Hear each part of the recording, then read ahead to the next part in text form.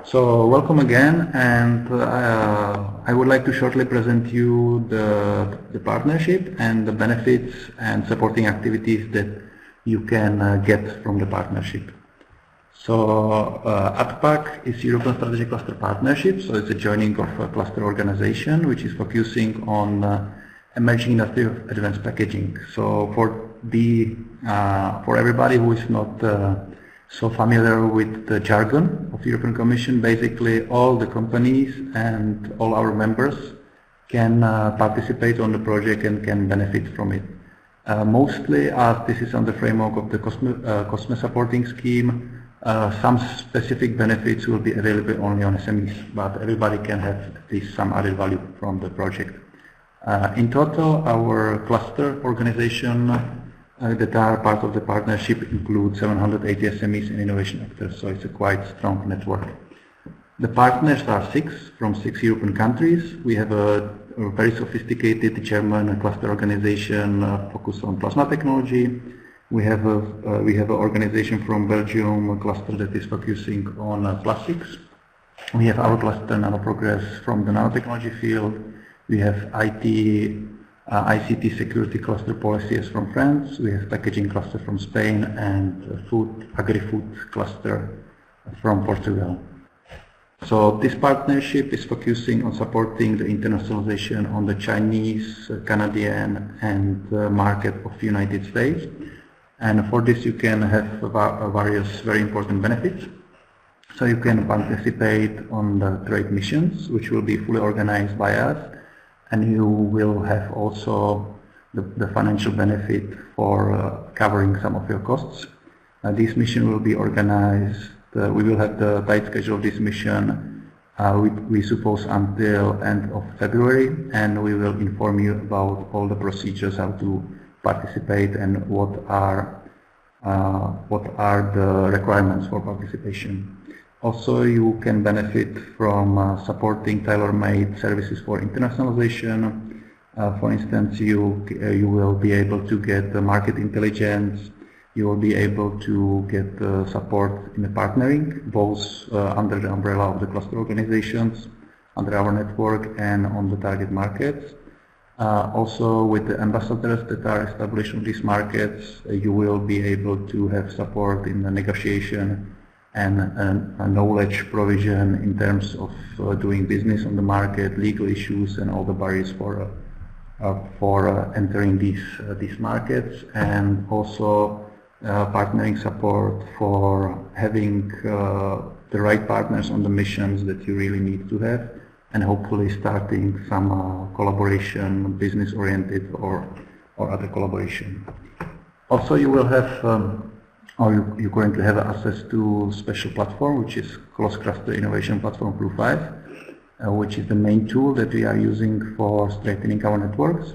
This platform is really simple and it's really user-friendly, and it's under the German protective laws. So this is creating really trustful environment for collaboration. You can use tools such as agenda pool, video conference, and you also have a data storage tool.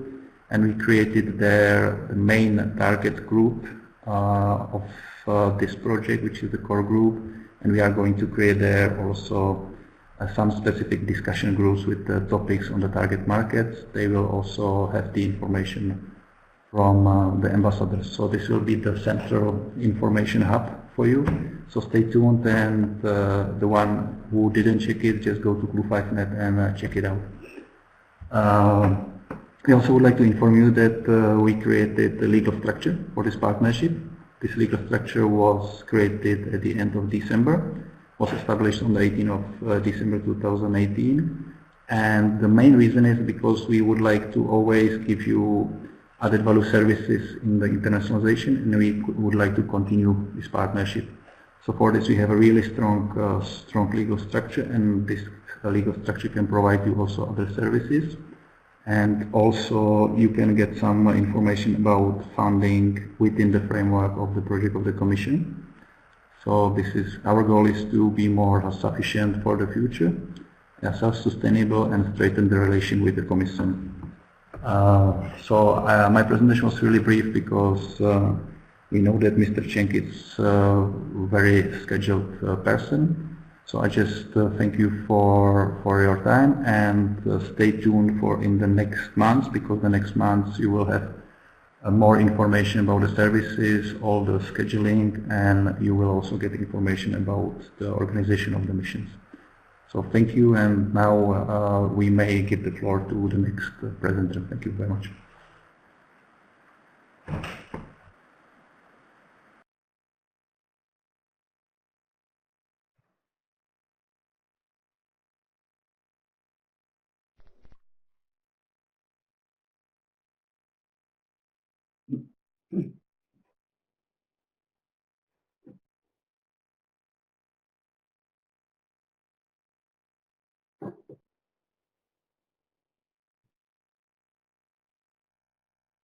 Okay, so the microphone is yours. Hello. Good morning, everyone. This is Richard from China. I'm chief representative of SPI in China. Very good to meet all of you here today to share my view about the smart package industry in China, and also in general Chinese market.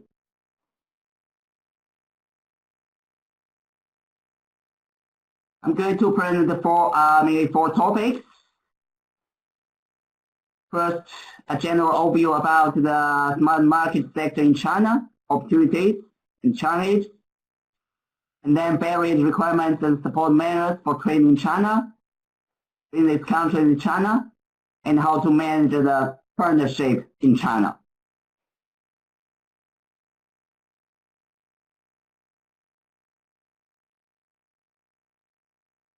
Okay. So China is a very large country. It's huge market.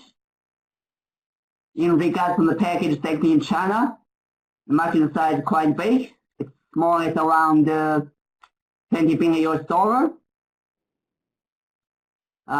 It's a huge market, strong industry. But in general, the market is still not in a well-developed stage. In terms of industry concentration, it's quite still low.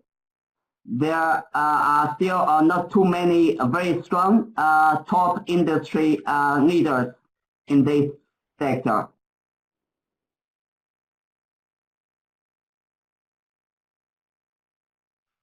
When we think about the future, of course, it will continue the growing of this market.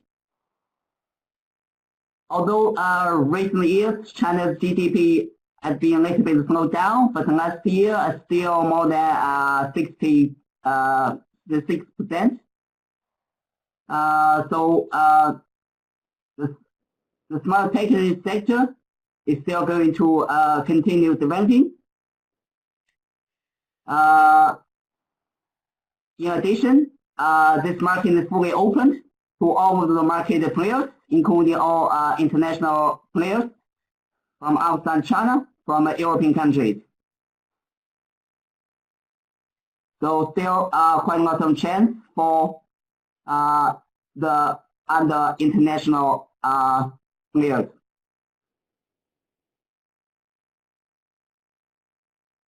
When we see this sector specifically, there are a few subsectors. For example, the paper package, flexible package, and rigid plastic package. Overview, in general, all of those different subsectors are growing in China.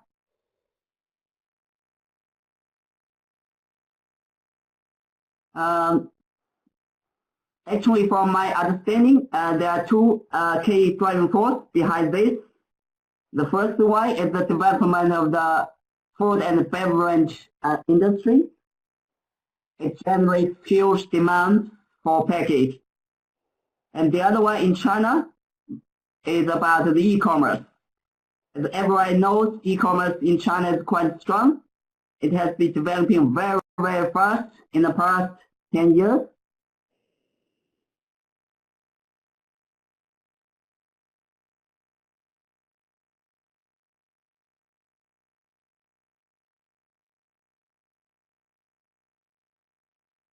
When we think about the future, more and more companies now are going to use the environment-friendly materials for the package. This is also highly motivated by the Chinese government. Because the waste produced by quite a lot of different package is now a big problem for China.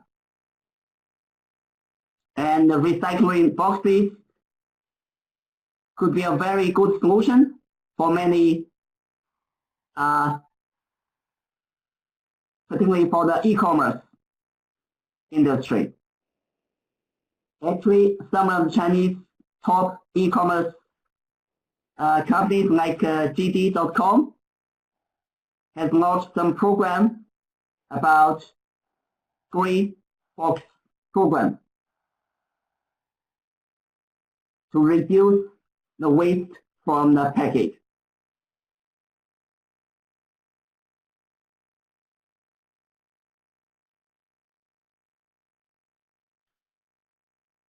As I said, the e-commerce has been developing very fast in China. So this is very important for smart package industry. From the government point of view, the green package, recyclable package are very important and are highly encouraged. On the other hand, the other new technology are also promising for package industry. For example, for now the barcode is quite popular in China for different packages.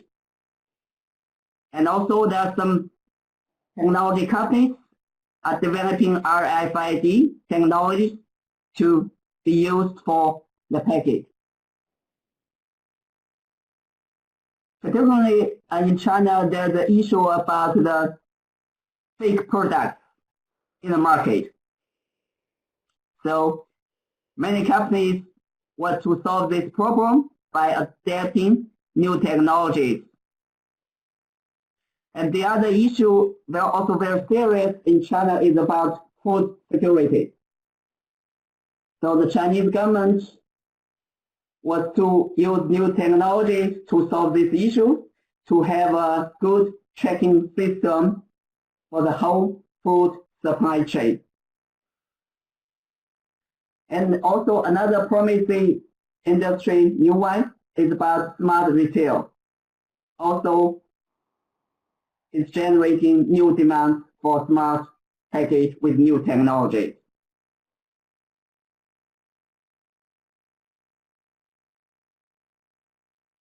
So overall, this industry is quite attractive as it will continue growing. It's fully open to international players.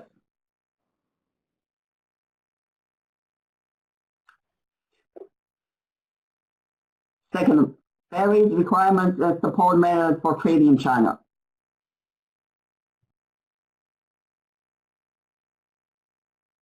When we talk about the regulations for the package, there are many regulations set up by the Chinese central government.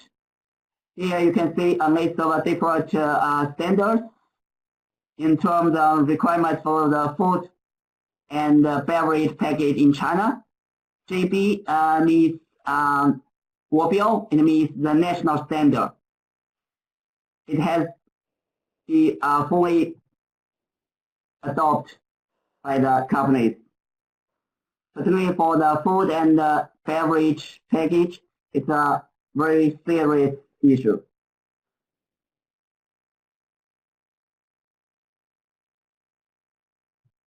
Specifically, there are a few specific requirements for the FAB package in China.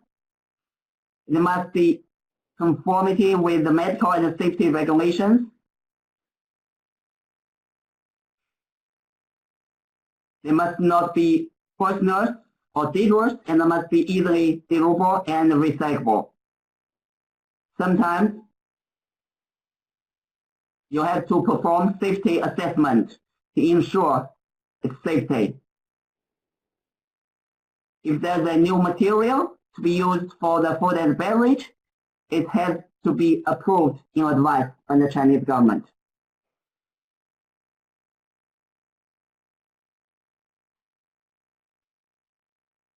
Well, in terms of legal and regulatory barriers, the first topic is about IPR. Although in the past 50 years, the whole business environment in China, particularly in terms of IP protection, has been improved a lot. Still, the counterfeiting is a big issue in China, particularly in some third or fourth tier cities, countryside market. There are still some fake products produced by local players. Another issue is about bureaucracy. So in China, although China has fully quite a lot of different regulations and laws and legals, overall the legal system is still in the developing. It remains inconsistently applied. When we think about China, it's a big country, many different regions, particularly when you do business at the local level. You have to deal with quite a lot of issues with the government management bodies. Sometimes it cannot be solved only through a legal system. So the personal contacts with the people, with the associations, with the government management bodies are very important for a business.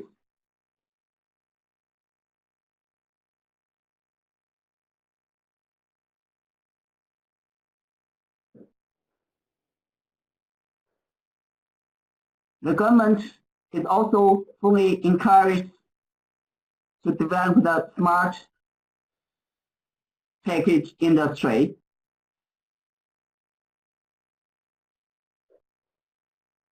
Technology-based, technology-intensive solution for smart package is highly encouraged in some local regions by the government. If you have very good technology, you may get funding from the local government. And also the green package is a very important hot issue promoted by the government.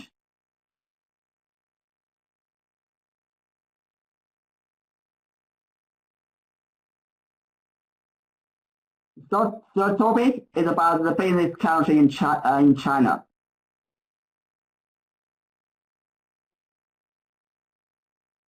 Chinese business culture is quite special, although I believe there are quite some common sense between China and the Western countries, but indeed there are some differences in China. How to make conversation with Chinese business people? Normally, when you talk with the Chinese business people, most people should be addressed by a title and the last name, not first time, particularly when you meet with them first time. For example, you could mention General Miss Zhang, General Zhang, General Manager Zhang, or General Manager Wang, the title and their last name. In terms of conversation, particularly when you are not familiar with the people, so better to keep safe subjects, some general topics, hobbies, hometown, food, and Chinese culture, and try to avoid some political issues. Another very interesting point is that the Chinese do not like to say no, particularly when you meet with first time. Because from a Chinese point of view, when you say no to somebody else, the other one may kind of lose face. In Chinese, it's he or she will feel uncomfortable. But when Chinese people say good or no or okay, it doesn't mean he agrees fully with you. It doesn't mean okay, a deal is great.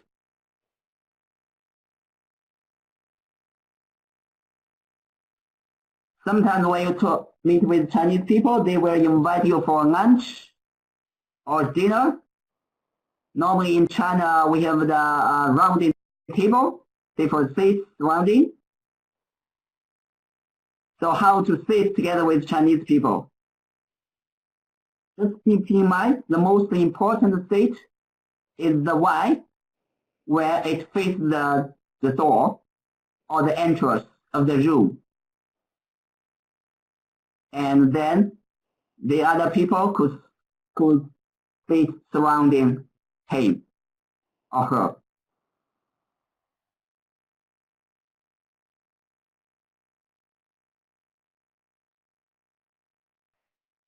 So when you meet with Chinese company, it's better to send a clear agenda about topics you are going to talk with them,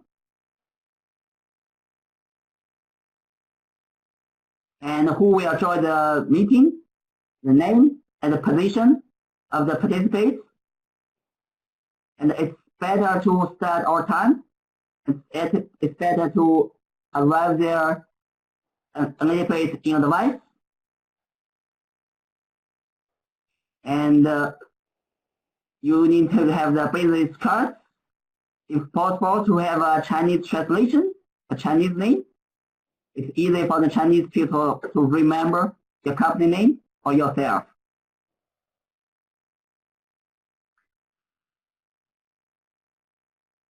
Normally, for the first meeting, the Chinese people, when you give the name card to the Chinese people, better use your two hands, not single one.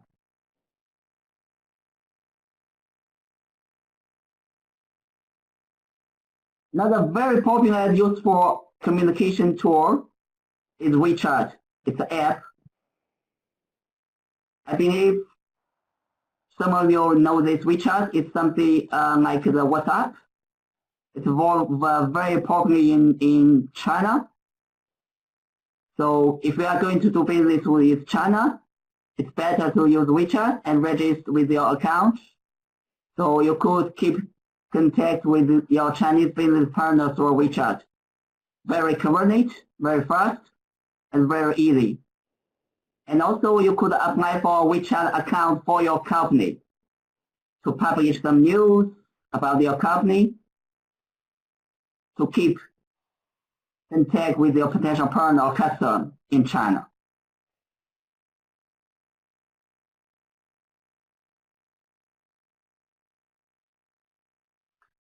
Well, face-to-face meetings are very important for Chinese. So take time with your partner, with your Chinese, with the Chinese companies. Normally, the Chinese people tend to be quite a little bit bold, particularly when they talk about something new. When they talk people they meet first time, they don't give the concrete answer, yes or no, for the first time.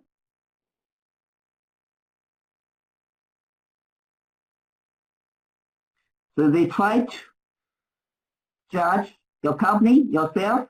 They try to evaluate if this business relation could be long-term, could benefit them.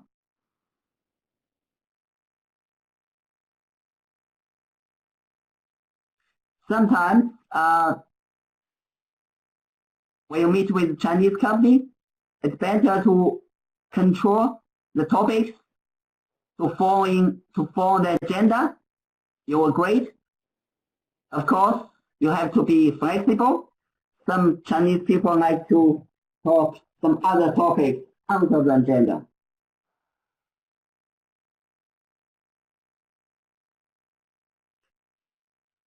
Next topic about partnership in China. To manage a good partnership is quite a challenge for West people in China. There's a very popular word in China called guanxi. It means personal relationship. It's quite important. So here I would suggest to follow the procedure, trust, friendship, and business in the end. For any kind of business, trust each other is very important. For Chinese, it's same. So start from build a relationship with trust each other, and try to build a friendship for the long term, and then start talking about business.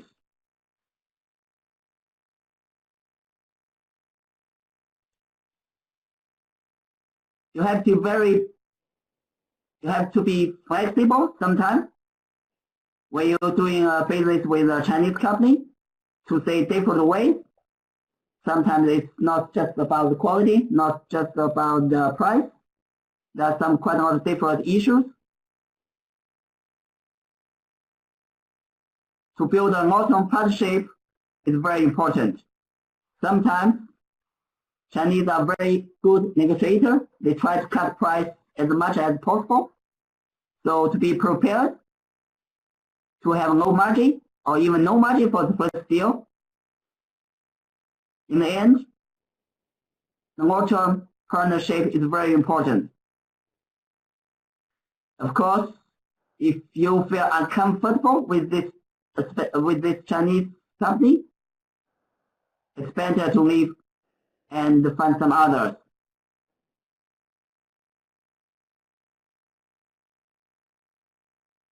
There are quite a lot of many interesting Chinese companies. Although not now it's not popular, but indeed they are. Just give you a few examples. For example, the fake companies. They just find you through the internet and try to talk with you. But indeed, it does not exist at all. There are also some parasite companies. They say we have very good, strong relationship with the government. They can do everything for you. But it's also kind of a risk for you, for such kind of company, to heavily relying on the relationship with the government officials. Sometimes a Chinese company promotes itself as a very important big company, but in reality it's quite a small one. And also sometimes they are kind of shell companies. They have all the necessary license, but no real business. So be careful about those companies, to spend more time and make kind of a due diligence before seriously doing business with them.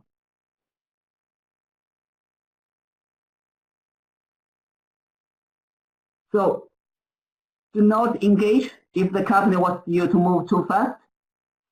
They offer you very good conditions, very good price, much lower than the market average. This is not good signal. And also try to find more information about their bank account, their credibility.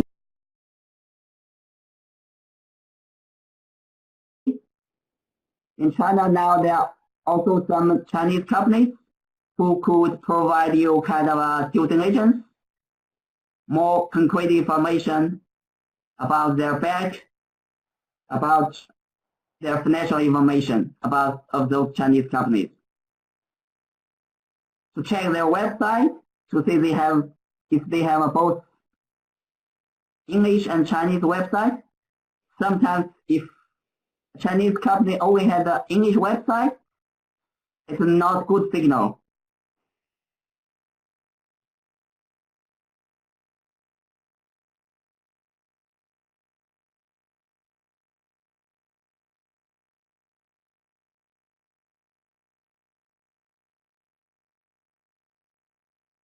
So overall, you have to be prepared to consider about all risks and be prepared and do due diligence with the help from outside service providers. This is very important. In the end, just a few key points. Again, opportunities are there, but still significant challenge in the Chinese market. You have to spend your time, invest your time with the Chinese counterparts. You have to carry out market study either by yourself or through a service provider. Try to get support from other professional consultants. Get advice. Do due diligence. And check all those Chinese regulations about standards, conformity assessments, requirements. And also you need your own IP strategy to protect your IP in China.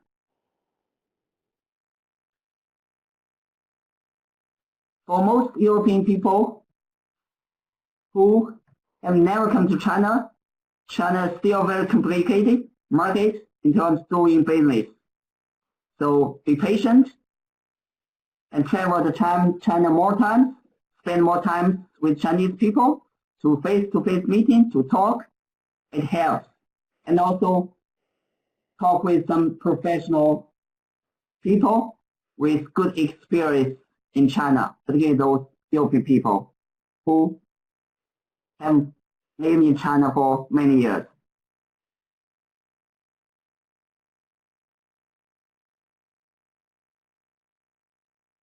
Another issue is about the Chinese language. It's very complicated for most Western people. But if you know a little bit Chinese, it's also very helpful. And if you have a staff inside in your company who could speak or understand Chinese, it's a very good asset for you to develop business in China. In terms of IP strategy, the registration and protect your IP in China is possible. There are quite a lot of different IP laws in China. You could apply for registration, your trademark, your patents, and other IP assets in China.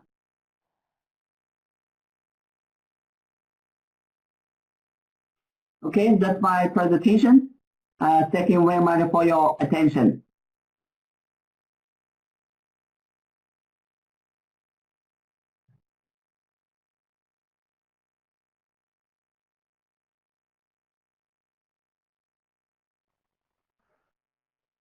Okay, I can't see if Ma is available at the microphone, but there were two questions, and I think we will start in the order like we had it. The first question came from Gregory, and I will give him, or I try to give him a microphone that he can explain his question a little bit more, because it seems that it's not a very simple and easy to answer question. So maybe Gregory, you can try to connect your microphone. It's in the upper menu. You have to click there and until it can become green, and then you can try to speak.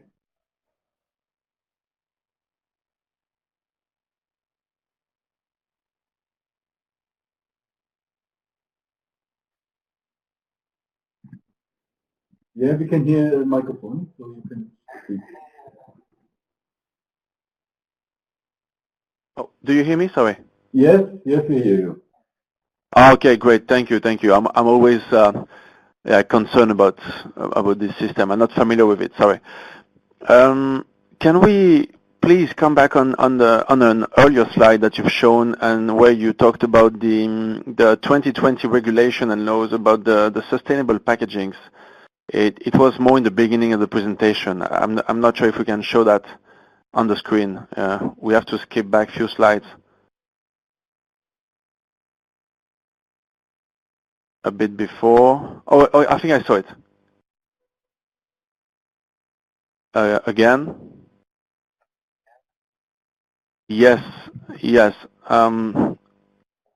I mean, you mentioned it twice, and this is the second time, I think. I'm talking about the last point here. You say State Post Bureau actively promotes green packaging. The goal is to build a recycling system and eliminate all harmful materials from packaging by 2020. So I'm based in Switzerland, in the heart of Europe, and I think we heard similar things here in Europe about these laws and regulations, so that by 2020 they want to remove the complex films, the multi-layers complex films from the industry. We heard about that, but it's still very hard, I find, to capture some more data about it. And I'm working with the packaging, and I'm welding packaging together, and we weld because of plastics. So that's a big concern to us. My question to you, looking at Asia and China, is do you have more specification about this law 2020?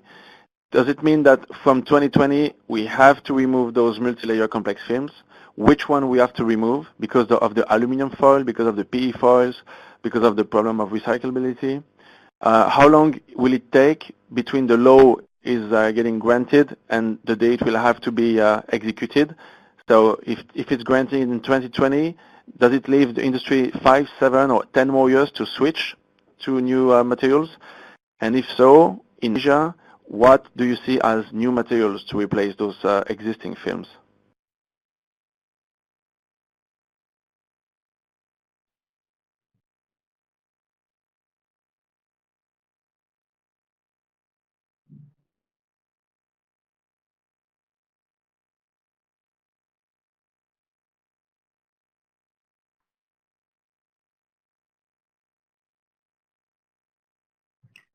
Okay. Regarding this goal by 2020, from what we understood, it's still in the process. So far from our side, we don't have concrete information, more detailed information about this plan. But we believe there should be a few years for switch years. It cannot be, adapted overnight. Exact. Because in China, in different regions, still quite complicated. Most of the Chinese package companies are quite small. If with such highly strict policy, I believe most of them will go out of the market, because with this highly requirements, the cost will be increasing a lot. And now China's economy is not as good as a few years ago. Most small and medium-sized companies got serious problems, particularly some small manufacturers, and for the packaging industry as well. So we believe this will be step by step. Okay, and you just said... Maybe I'm not able to address all of your questions. Yeah, it's not an easy topic.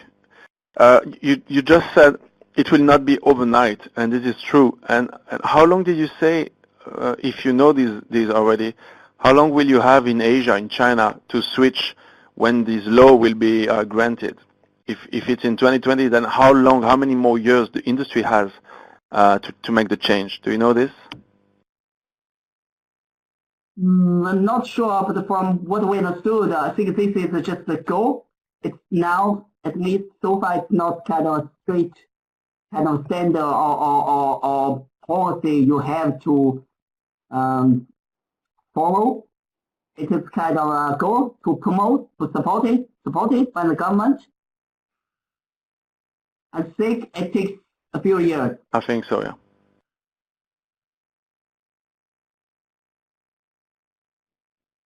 Okay, very interesting for me to see that this change is also happening in Asia. It's the first time I see it. I knew about Europe, I didn't know about Asia, and I'm curious to know if the US and Canada will talk about that this afternoon. So thank you, Richard. Thank you.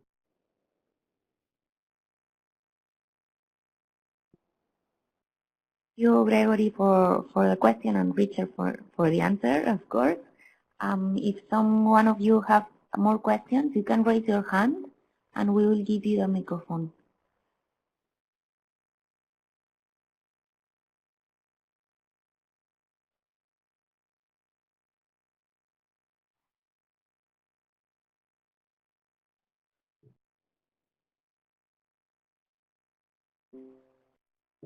I think you already have the microphone. Can you try it and make your question?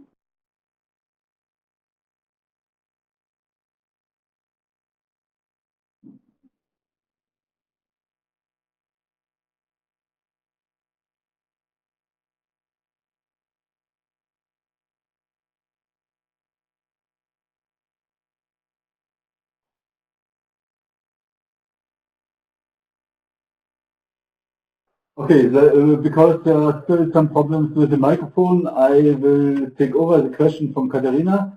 Please, Richard, can you say something to the gift economy in China, because it's something what we are not familiar with. Sorry, it's about the gift economy. I give the microphone to Katharina so she can. Okay. Yeah, this gift economy in China is quite interesting. This is part of Chinese culture.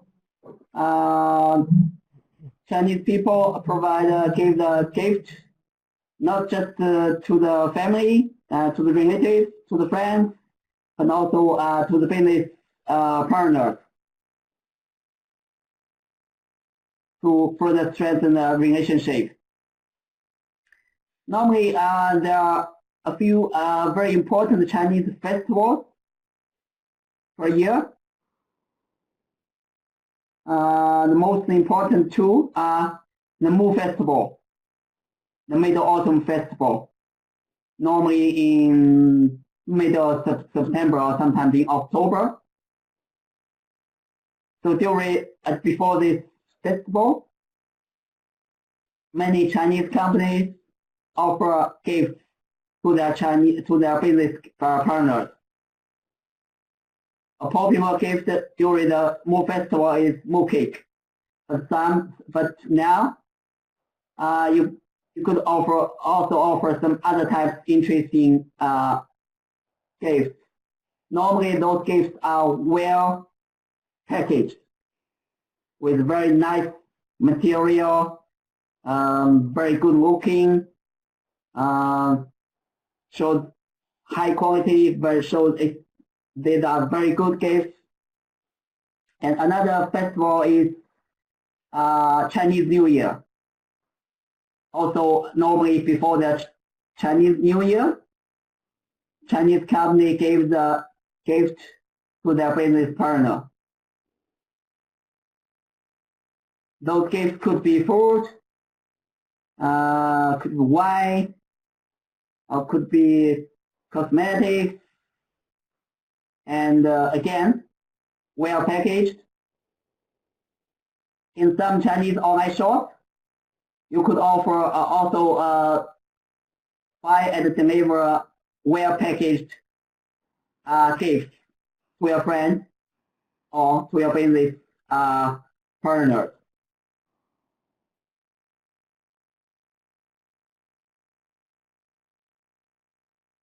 It's part of Chinese culture, very important. And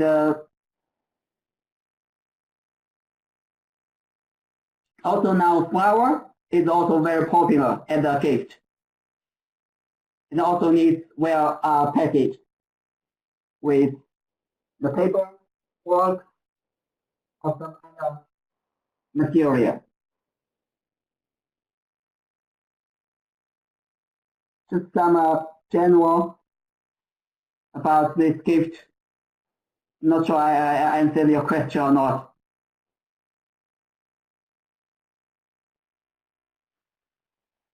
I think it was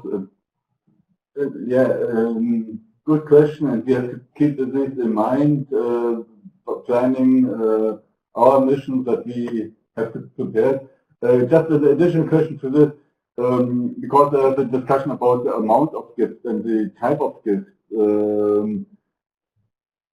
Often we from Europe use sweets, European sweets. Is it okay, or should it be a book like often is used in China, or a presentation book from a company or something? Can you just tell us a little bit more about the type of gift Chinese business partners expect from us? You mean the good types, the right types of gifts for business partner? Yeah, because we have to prepare somehow, or together with our partners, we have to be prepared that we have enough gifts and the right gifts for the Chinese business partners when we are going with the mission. Well, let me say.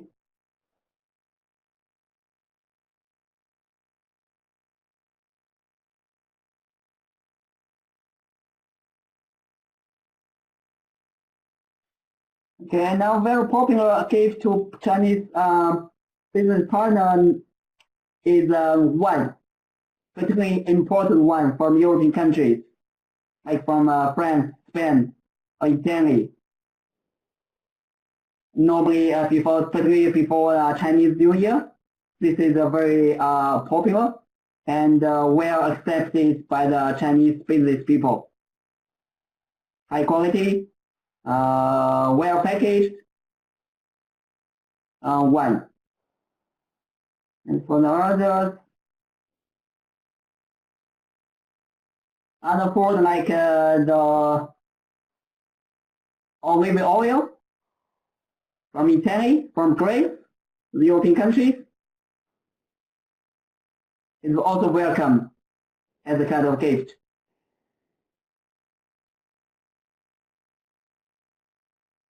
What else? And some other kind of simple art paintings representing the culture of the Western country would be also very interesting.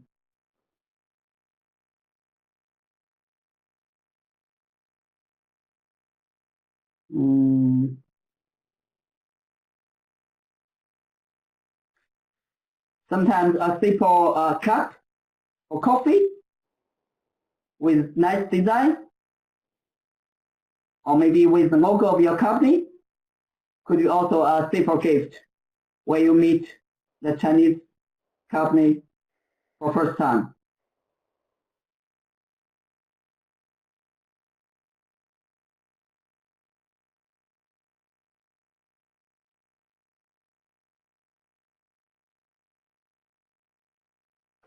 Yeah, thank you, Richard. Just one remark. I think when we will organize the trade missions, definitely we will get support with which are the gifts for the right partners, right? Just a remark.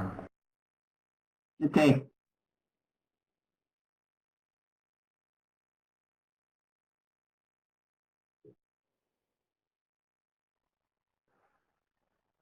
Just one question also from my side, or more or less a small comment, because there was a long discussion with our government, and at the end of the day, it came out that we have to be very carefully using WeChat on a business cell phone. They recommend us to separate this because WeChat is not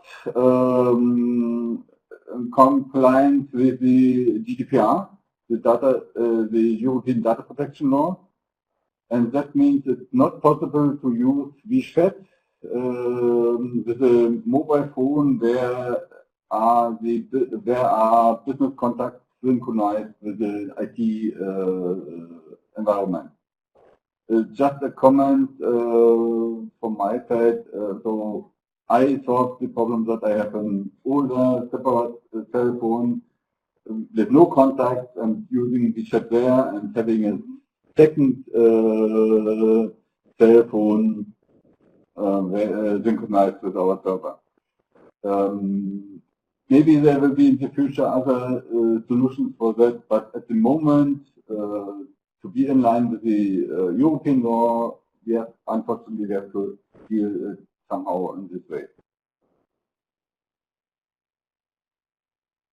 Okay, so just to make sure I understood correctly, so due to this European law,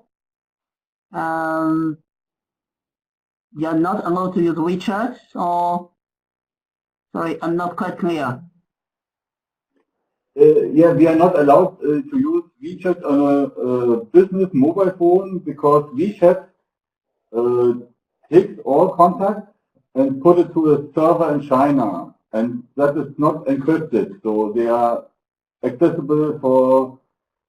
You can't say who can access these data anymore, and that due to the European Data Protection Law, this is not allowed, and those who own the cell phone is responsible for the data on his cell phone. That means if someone gets in trouble because contacts were shared with the Chinese government, then the owner of the cell phone has to pay some extra amount. So it's unfortunately in Germany it's now starting that lawyers find this as a business field to get money, making money out of this, but if you are not working according to the European Data Protection Law.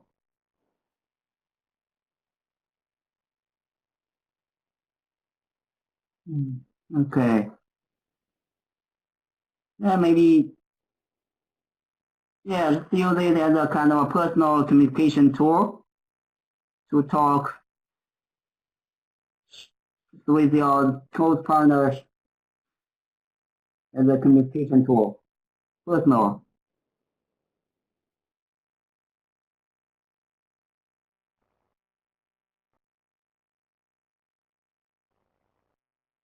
Thank you, Richard. We don't want to take more of your time as it's already 6:30 in the afternoon on a Friday. So maybe we can leave it here. If anyone has more questions, we will give you the address of the email of Richard, and also we will share with you the presentation, and if you want to listen the webinar again, we will upload it in YouTube. And well, thank you again, Richard, for everything, for your collaboration, and I think it was very interesting, and you solved a lot of questions we had. And for the rest of you, thank you to participate. This afternoon we are going to do 2 webinars more regarding the Canadian and the American market at 3 and 3:30 p.m. So you can join us if you wish and if you are interested. So thank you very much.